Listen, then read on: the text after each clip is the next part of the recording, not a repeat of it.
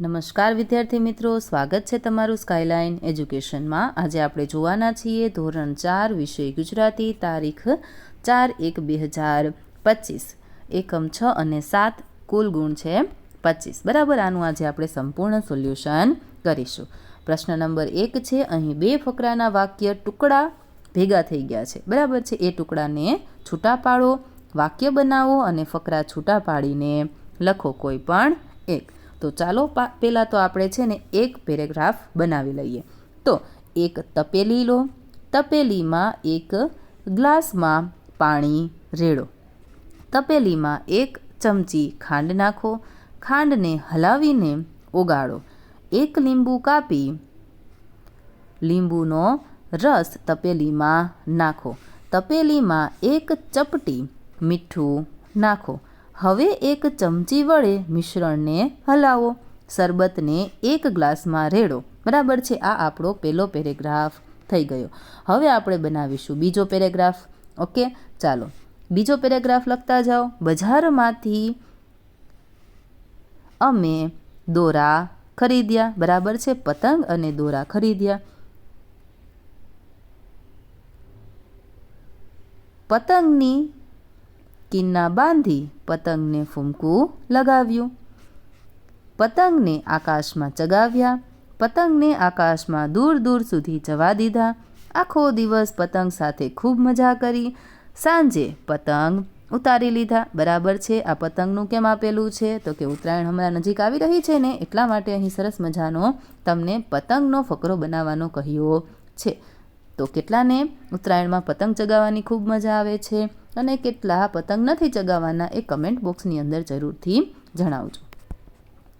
અને હા, સોલ્યુશન કરવાની ખૂબ મજા આવતી હોય તો વિડીયોને લાઇક કરી દેજો, તમારા મિત્ર સાથે આ વિડીયોની લિંકને વોટ્સએપ પર શેર કરી, ચેનલ પર નવા હોય તો ચેનલને સબસ્ક્રાઈબ કરી દેજો। પીડીએફની જરૂર હોય તો કમેન્ટ બોક્સમાં લખો પીડીએફ, અને તમારી શાળાનું નામ અમને રેડ હાર્ટ સાથે જરૂરથી કમેન્ટમાં જણાવજો। ઓકે, તો અહીં પ્રશ્ન નંબર 2 છે, આપેલા ફકરામાંથી કોઈ પણ એક ફકરો પસંદ કરી તેને આધારે પ્રશ્નના જવાબ લખો, બરાબર છે।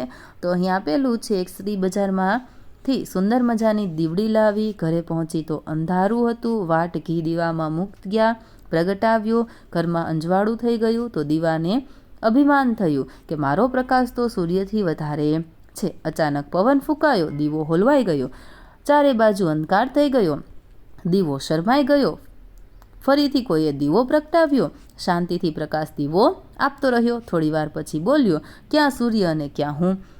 મને તો પવન પણ હોલાવી શકે છે, મને તો ફરીવાર સળગાવવો પડે છે, સૂર્ય તો હોલવાતો જ નથી, પછી ફરી સળગાવવાની તો વાત જ ક્યાં આવે? અને ચૂપચાપ શાંતિથી પ્રકાશ પાથરતો રહ્યો। હવે આ પેરેગ્રાફ પરથી આપણે નીચે આપેલા સવાલના જવાબ લખવાના છે। તો પહેલું છે, દીવાને શા માટે અભિમાન થયું? કારણ કે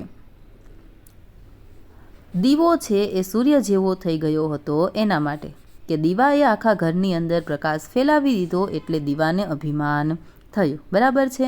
બીજું, વાર્તાને આધારે નીચેનામાંથી કયું વાક્ય સાચું છે?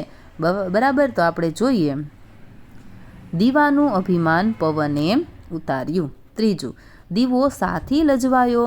તો કે પવનને કારણે દીવાની જ્યોત, દીવો કેવો થઈ ગયો? હોલવાઈ ગયો અને અંધકાર છવાઈ ગયો એના લીધે, બરાબર છે।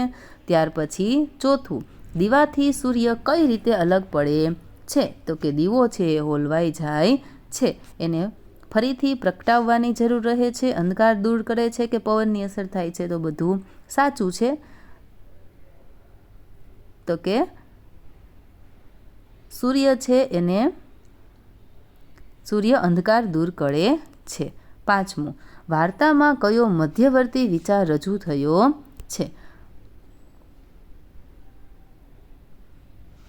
મર્યાદિત ક્ષમતાનું અભિમાન કરવું નહીં, સૂર્ય કેવો છે? સર્વોપરી છે, સી જવાબ। ત્યાર પછી પ્રશ્ન નંબર 3, વાર્તાનો શરૂઆતનો અંશ વાંચી વાર્તા પૂર્ણ કરીને લખો। તો એક હતી કાબર, એક હતો કાગડો, બંને વચ્ચે દોસ્તી થઈ, કાબર બિચારી ભલી અને કેવી હતી? ભોળી, પણ કાગડો આળસુ ઢોંગી। કાબરે કાગડાને શું કહ્યું? તો કે આખી વાર્તા છે આપણે પૂરી કરવાની છે. જે કમેન્ટ બોક્સની અંદર તમે કમેન્ટ કરશો વાર્તા તો હું તમને ત્યાં જવાબ આપી દઈશ. પ્રશ્ન નંબર 4, ઉદાહરણ મુજબ કોષ્ટક પૂર્ણ કરો. તો રમણ જમ્યો, અત્યારે હાલમાં શું કરે છે તો કે રમણ જમે છે અને પછીનું વાક્ય લખવું હોય તો રમણ જમશે. તો એવી જ રીતે આપણને રમેશે ચોપડી વાંચી, રમેશ ચોપડી વાંચે છે, રમેશ ચોપડી વાંચશે. ઓકે. ત્યાર પછી પહેલામાં આપેલું છે રાજને લાડુ ખાધો, રાજન લાડુ ખાય છે અને અહીં ભવિષ્યમાં લખો, પછીમાં લખો રાજન લાડુ ખાશે. ઓકે. અત્યારેમાં એક વાક્ય આપ્યું છે નિખિલ લખોટી ગણે છે, તો અહીં લખવાનું નિખિલે લખોટી ગણી અને અહીં આવશે નિખિલ લખોટી ગણશે. ત્યાર પછી પ્રશ્ન નંબર 5, ઉદાહરણ મુજબ શબ્દનો અર્થ આપી તે શબ્દ પરથી એક વાક્ય બનાવીને લખો. તો પેલું છે આજીજી વિનંતી. દર્દી પોતાનો રોગ મટાડવા ડૉક્ટરને આજીજી કરવા લાગ્યો. મને અવનવું ખૂબ જ ગમે. બાવો ભભૂત લગાવીને આવ્યો. આ માણસ વૈરાગી છે. આવી રીતે આપણે અલગ અલગ વાક્ય છે બનાવી શકીએ. તમારે જો આના વાક્ય લેખિતમાં જોતા હોય તો કમેન્ટ કરો. પ્રશ્ન નંબર 5 બરાબર છે, એમાં નંબર લખજો, પહેલો બીજો તમારે જે જવાબ જોઈતો હોય એ નંબર લખવાનો રહેશે. હવે આપણે મળીશું આવતા વિડીયોની અંદર. વિડીયોને લાઇક કરો, તમારા મિત્ર સાથે શેર કરી ચેનલને સબસ્ક્રાઈબ કરી દેજો અને હા, PDF જોઈતી હોય તો કમેન્ટ કરો PDF અને તમારી શાળાનું નામ સાથે સાથે રેડ હાર્ટ પણ લખી દેજો. મળીએ આવતા વિડીયોમાં.